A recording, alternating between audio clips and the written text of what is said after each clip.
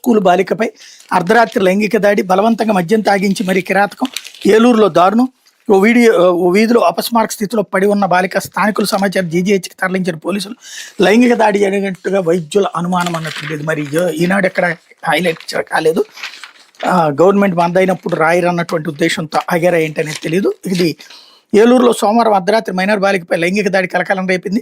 బాలికకు మద్యం దాగించి మరి దొండగులు కిరాతకానికి ఒడిగట్టినట్టు తెలుస్తోంది. 12 పంపుల సెంటర్ సమీపంలో పూలకొట్టు ప్రాంతంలో చీకటిగా ఉన్న సందులో ఒక బాలిక అపస్మారక స్థితిలో పడి ఉండటంతో స్థానికులు గమనించి పోలీసులకు సమాచారం ఇచ్చారు.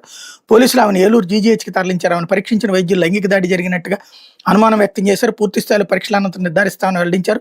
బాలిక మద్యం మత్తులో ఉండటంతో ఆమె చేత దుండగులు బలవంతంగా మద్యం దాగించి అకృత్యానికి పాల్పడి ఉండొచ్చని పోలీసులు భావిస్తున్నారు. బాలిక అపస్మారక స్థితిలో ఉండటంతో ఆమె ఎవరనే వివరాలు తెలియరావడం లేదు. ఆమె స్కూల్ యూనిఫామ్లో ఉండటంతో ప్రైవేట్ స్కూల్ విద్యార్థినిగా భావిస్తున్నారు.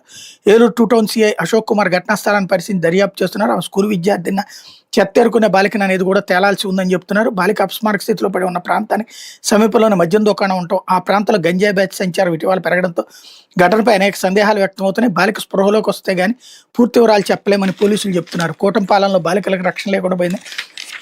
స్థానికులు ఆవేదన వ్యక్తం చేస్తున్నారు అన్నటువంటి వార్తని హైలైట్ చేశారు. ఇకపోతే హడ్కో నుంచి మరో